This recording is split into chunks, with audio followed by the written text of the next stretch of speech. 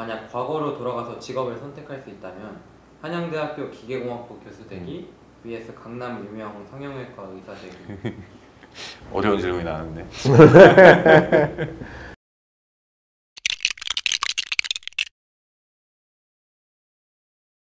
네, 안녕하십니까.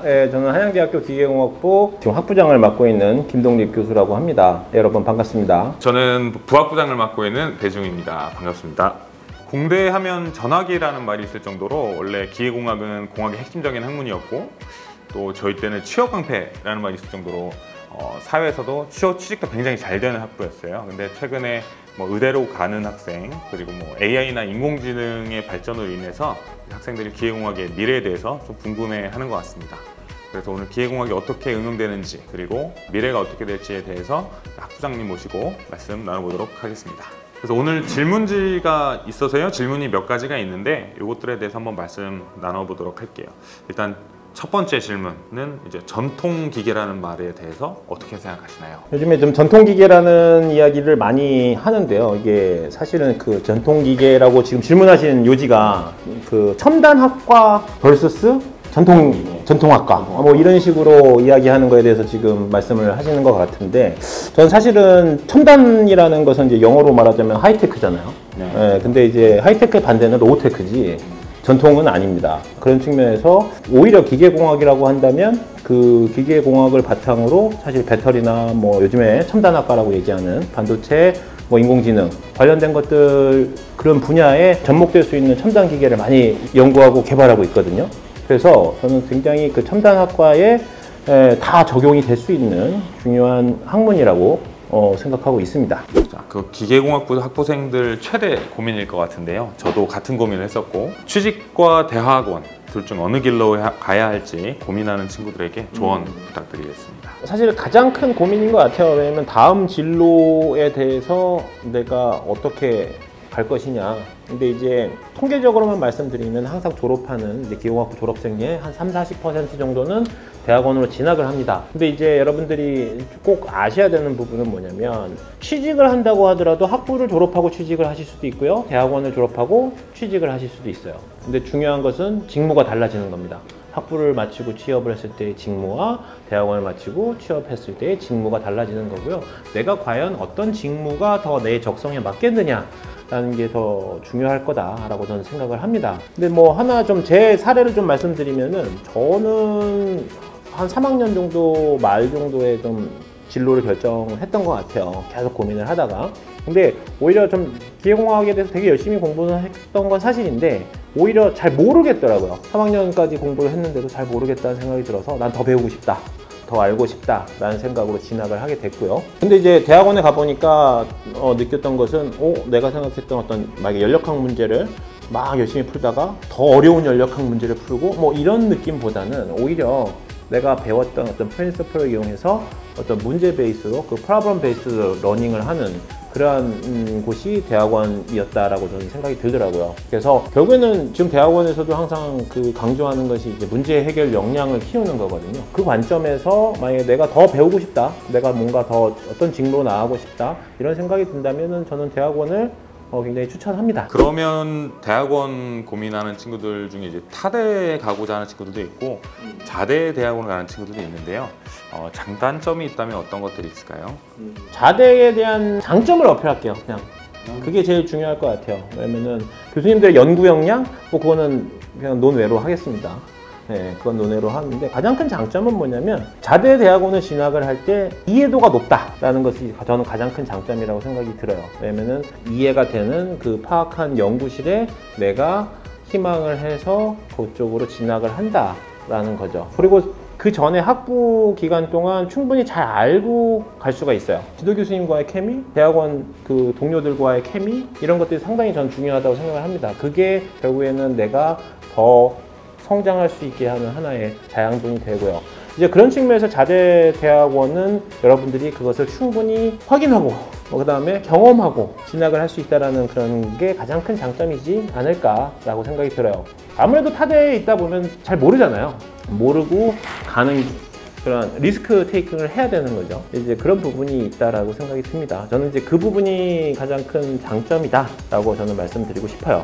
반대로 요즘에 그런 측면에서 대학원 진학을 고민하는 친구들이 인턴을 많이 좀 생각을 하는데 인턴에 대해서 어떻게 혹시 생각하시나요? 저는 인턴 굉장히 추천하는 루트입니다. 일단은 가장 중요한 건 남들보다 이제 먼저 연구를 시작한다는 메리트가 있다는 게 가장 큰 것 같고요. 그래서 보통 회사든 뭐 대학원이든 새로운 곳에 들어가면은 업무에 적응하는데 대략 한 1년 정도는 걸리는 것 같아요. 한 1년은 지나야 회사든 대학원이든 어떻게 돌아가는지 알고, 예를 들어서 제가 사용하는 실험 장비라던가 이게 어디에 있고 언제 쓸 수 있고 어떻게 쓸 수 있고 그런 게 익숙해지는데 이제 한 1년 정도는 보통 걸리는 것 같고, 그 후에 이제 본격적인 업무, 본격적인 연구를 시작할 수 있다고 봅니다. 예를 들면 뭐 석사 과정이 2년인데 2년의 경우 인턴 없이 바로 들어가면 첫 1년 아마 적응하는데 수업 듣고 적응하시는데 1년이 지나갈 거예요. 본격적인 연구는 이제 1년 뒤부터 시작할 텐데, 그러면은 제대로 된 연구는 1년밖에 할 수 없는 거죠. 그리고 뭐 졸업 준비 같은 것까지 고려를 하면은 석사 과정 말년 차에는 시간이 또 많이 없기 때문에 1년도 안 되는 시간 동안 연구를 할 수밖에 없는 거죠. 근데 인턴부터 시작하면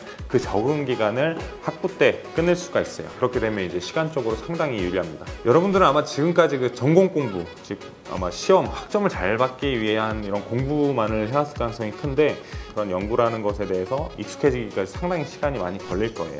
익숙해지는 데까지 시간이 지난 후에는 연구 능력은 아마 익스포넨셜하게 증가하게 될 겁니다. 그래서 그 능력이 상당히 올라와 있을 때, 여러분들의 그 텐션이 올라와 있을 때 그때 나오는 연구들이 물론 숫자뿐만 아니라 질적으로 우수한 연구들도 많이 나오거든요. 그래서 인턴을 굉장히 추천드리고요. 저 같은 경우는 인턴을 3학년 2학기 때 시작했었습니다. 그래서 1년 반 동안 인턴 생활하고 그 다음에 석사 2년을 한양대에서 했었는데, 그럼 총 3년 반, 그 3년 반 동안 총 논문을 17편 정도 논문을 썼습니다. 그 중에 제가 1저자로 쓴 게 7개 정도 됐었고요. 근데 아까 말씀드린 논리대로 설명을 다시 드리면 이제 3년 반, 제가 한 3년 반 중에 첫 1년 정도는 적응하는 데 썼으면 한 2년 반 정도는 제가 연구에 제대로 연구를 할 수 있었던 거죠. 근데 다른 인턴 없이 들어오는 친구들은 1년만 연구를 할 수 있다고 치면 2배가 넘는 기간을 연구에 집중할 수 있는 그런 큰 장점이 있었던 것 같습니다. 근데 실제로 지금 말씀하신 것처럼 익스포넨셜 커브라고 보통 얘기를 해요. 왜냐면은 이제 배우는 시기. 근데 처음에 라이징 하기 전에 요 시기에는 오히려 몸에 익숙치 않아서 힘들기만 해요. 힘들기만 하면서 점점 이제 어떤 인고의 시간이 좀 있는데, 이게 어느 정도 지나면 이제 막 성과도 나오고 막 쫙쫙쫙 올라가는데, 이 시기를 좀 학부 인턴을 하면서 좀 앞당기면은 나중에 더 주어진 이 대학원 시간 동안 굉장히 프로덕티브해지지 않을까라는 생각을 합니다. 요즘에 기계공학부에 여하구들이 많이 입학을 해요. 혹시 기계공학부 여하구 숫자가 어느 정도 되는지 혹시 아시나요? 확실히 이전보다는 많이 늘었습니다. 이게 학부생인 지 얼마 안 됐을 때는 아마 한 명도 없다가 보통 한두 명 정도 한 학년당, 예전에 한 3, 40년 전에는 그 정도 있는 걸로 알고 있었는데요. 근데 제가 다니던 시절에는 2000년대 한 초중반, 그때는 한 300명 중에 5명 정도 있었어요, 여하구들이. 근데 지금은 굉장히 많이 늘어나세요. 지금 1학년 기준으로 봤을 때 한 180명 중에 27명 여하구가 있어서 한 15% 정도는 되는 것 같습니다. 항상 그 내외 정도가 되는 것 같아요. 그럼에도 불구하고 이제 다른 학과에 비해서 좀 여하구 숫자가 여전히 적다라는 인식도 있어요. 그래서 이게 뭐 어떤 남녀 비율, 성비 측면에서 그렇게 했을 때 혹시 좀 여하구들의 입장에서 어려운 점은 없을지, 혹은 사회에 나가서 뭐 여성 공학자, 과학자에 대한 인식이 어떤지 좀 의견을 주시면 좋을 것 같습니다. 저도 남하구였기 때문에 이 학부 생활에서의 여하구들의 어려움은 저도 잘 모를 것 같아요. 단지 이제 제가 말씀드릴 수 있는 거는 이 사회 인식이 많이 바뀌었다고 생각을 하거든요. 그래서 여러분들이 사회에 나가면은 이전보다는 훨씬 인식이 좋고, 또 이제 여성 재직자 비율을 늘리려는 노력들도 굉장히 많이 하고 있고요. 그래서 이런 면에서는 오히려 여성과학자가 유리한 면도 있을 수도 있다라고 생각해서, 지금 여하구분들 같은 경우는 큰 걱정을 안 하셨으면 좋겠어요. 뭐 회사를 가든 대학원을 가든 학계를 가든 여자를 가든 차별을 받는다거나 이런 사회는 이제 더 이상 아니기 때문에 그런 걱정 안 하셨으면 좋겠고, 그리고 또 저희 학부가 근데 좀 기계라는 뭔가 딱딱한 인식 때문에 그런지 모르겠는데 학과에 비해서는 조금 낮은 편인 것 같아요. 근데 실제로 공부하는 거라던가 아니면 뭐 업무나 연구하는 것들이 다른 과에 비해서 뭐 터프하다, 신체적으로 터프하다 뭐 이런 거는 전혀 없거든요. 다 제가 봤을 때는 큰 차이가 없는데 단순히 아마 이미지 때문에 그런 게 좀 있지 않았을까 하고요. 아니 뭐 일례로 제 박사 지도 교수님은 여성과학자세요. 그 분야에서 굉장히 대가로 굉장히 활동을 하시고 굉장히 왕성하게 활동을 하시면서 또 인사이트를 많이 주셔가지고 저도 굉장히 큰 감사한 마음이 계속 여전히 있습니다. 요즘에 이제 학부 생활을 하면서 사실은 뭐 전공 수업 듣고 하는 것들도 있지만 사실 요즘에 보면은 다양한 이제 교내외 행사들도 많아요. 그리고 공모전도 많고 어떤 대회도 많고 그다음에 동아리 소모임 활동도 있고 몸이 10개라도 이걸 다 어떻게 소화할까 싶을 정도로 좀 다양한 것들이 있는데 어떤 것이 좀 가장 중요하다고 생각하시나요? 이게 좀 진지하게 답변을 드리면 진로에 따라서 좀 많이 달라질 것 같고요. 저는 되게 계획적이고 좀 계산적인 편이었던 것 같아요. 그래서 제가 학부생 때는 목표에 따라서 그거에 필요한 것들, 일단 객관적인 스펙들은 꼭 준비를 했던 것 같아요. 그래서 취업이 목표면은 취업을 위한 스펙 준비들을 꼭 하셔야 될 것 같고, 뭐 영어 점수나 입사 시험이라던가 또 이제 뭐 공모전 같은 거 참가해서 수상 받으면은 이력서를 좀 화려하게 만들 수 있는 그런 것들을 할 것 같고, 대학원이 목표면은 실은 저희가 봤을 때는 다양한 활동보다는 전공 공부 열심히 하고 아까 말씀드렸던 인턴을 최대한 빨리 하면서 연구에 좀 더 집중하는, 빨리 경험해보고 하는 것들이 중요할 것 같습니다. 그 외에 동아리 소모임 같은 거는 여기서부터는 좀 본인의 그 성격에 좀 달려있는 것 같아요. 그래서 저는 동아리 활동을 몇 번 해왔었는데 축구 동아리 소모임도 해봤었고 저는 이렇게 흥미를 많이 갖지 못하고 이렇게 학점만 자꾸 떨어지더라고요. 그래서 나중에는 동아리 활동을 안 하고 그냥 공부하고 게임하고 연애하고 그랬던 것 같은데, 그런 측면에서 봤을 때는 뭐 자기가 뭐 내성적인데 꼭 이렇게 외부 활동을 해야 된다는 강박관념을 가지실 필요는 없을 것 같고요. 그냥 본인이 생각했을 때 필요하다고 생각하는 것들 위주로 하면 될 것 같습니다. 만약 과거로 돌아가서 대학교 전공을 다시 선택할 수 있다면 기계공학 vs 전전컴. 저는 기계공학을 다시 택할 것 같습니다. 제가 기계공학부 교수라서 그런 건 아니고 좀 어렸을 때부터 그랬던 것 같아요. 좀 눈에 보이지 않는 거를 좋아하지 않았던 것 같습니다. 그래서 뭐 전기 회로에서 전자가 어떻게 돌아다니는지 뭐 코딩이라든지 이런 것들은 조금 어려워했던 것도 있었고, 그래서 저는 이제 직관을 이용해서 이해하는 걸 되게 좋아했었거든요. 그런 관점에서 기계공학은 뭐 세부 전공들마다 조금 다르긴 한데 대부분이 이제 눈에 보이고 실제적인 이제 물질이 있는 애들을 가지고 직관적으로 이해할 수 있는 것들이 많거든요. 그래서 저는 기계공학, 그리고 뭐 공대의 핵심은 기계공학, 공대하면 기계공학 이런 게 있어가지고 기계공학을 택할 것 같습니다. 저도 뭐 기계공학입니다. 그냥 어렸을 때도 사실 뭐 장난감이나 뭐 이렇게 만들고 할 때 딱히 실체가 보이는 거가 되게 좋았고요. 그리고 두 번째로는 기계가 가장 사람이랑 딱 맞붙어 있어요. 그러니까 나한테 딱 어떤 도움이 된다라는 그런 측면에서는 기계가 되게 좋다라고 생각을 합니다. 만약 과거로 돌아가서 직업을 선택할 수 있다면 한양대학교 기계공학부 교수 되기 vs 강남 유명 성형외과 의사 되기. 어려운 질문이 나왔는데. 저는 뭐 기계공학부 교수 되기. 또 기계공학부 교수 되기. 네.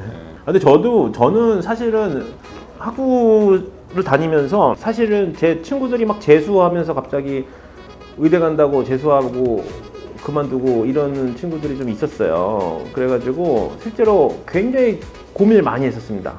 근데 제가 개인적으로 일단 막 피 보는 거 싫어해요.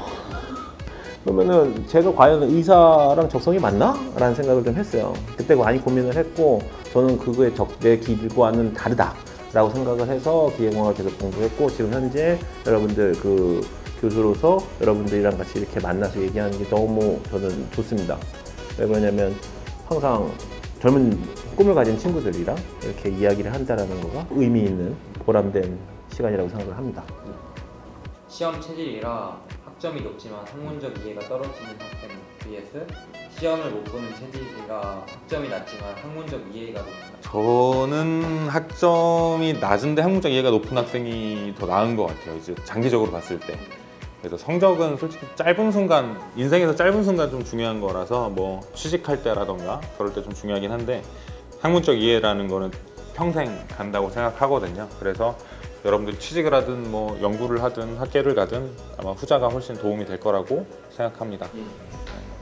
저도 똑같은 생각이에요. 예, 왜냐면은 사실은 계산 실수를 한다던가 어떤 뭐 계산이 빠르지 못해서 뭐 시험을 잘 원하는 그런 역량을 발휘 못하는 경우 너무 많거든요.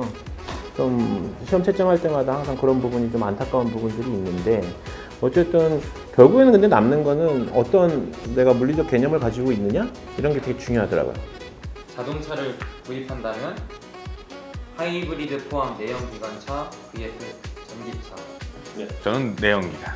저는 개인적으로 배터리를 연구하고 있지만 개인적으로 이제 모든 물건은 완성도가 높은 물건을 사는 게 맞다고 생각합니다. 전기차는 아직 여러 가지 애로사항들이 있잖아요. 뭐 화재 위험도 있고 충전의 불편함 등도 있고 그런데 여러 단점들이 있는데 지금 아직은 이것들을 해결해 나가는 과정이라고 생각하고요. 좀 과격하게 말하면 저희는 지금 돈 내고 쓰는 오픈 베타 테스터가 아닐까. 근데 이런 것 애로사항들이 해결되면은 당연히 구매층을 갖고 있고요. 특히나 요즘 기술적 발전도 너무 빨라서 조만간에 이제 빠른 시일 내에 해결될 거라고 믿고 빠른 시일 내에 구매를 하지 않을까.